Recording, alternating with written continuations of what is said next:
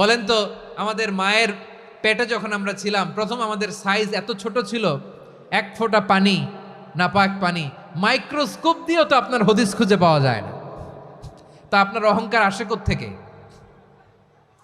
আপনার বাবার পিঠ থেকে যখন মায়ের জরায়ুর ভেতরে যে আপনি পড়লেন, আপনার আপনি এত তুচ্ছ, আমরা এত তুচ্ছ নগণ্য ছিলাম, মাইক্রোস্কোপ দিয়েও আমাকে খুঁজে পাওয়া যায় না, সেই আমি অহংকার করি।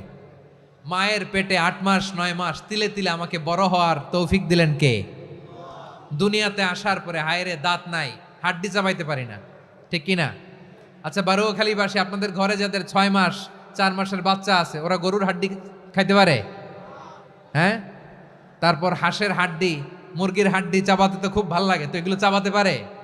কি দুর্বল দেখছেন, ও কিছু খাইতেও পারে না। ওরে দুধ দিয়ে, তারপরে ওকে আপনার ডাল দিয়ে, সবজি দিয়ে একটা মিক্স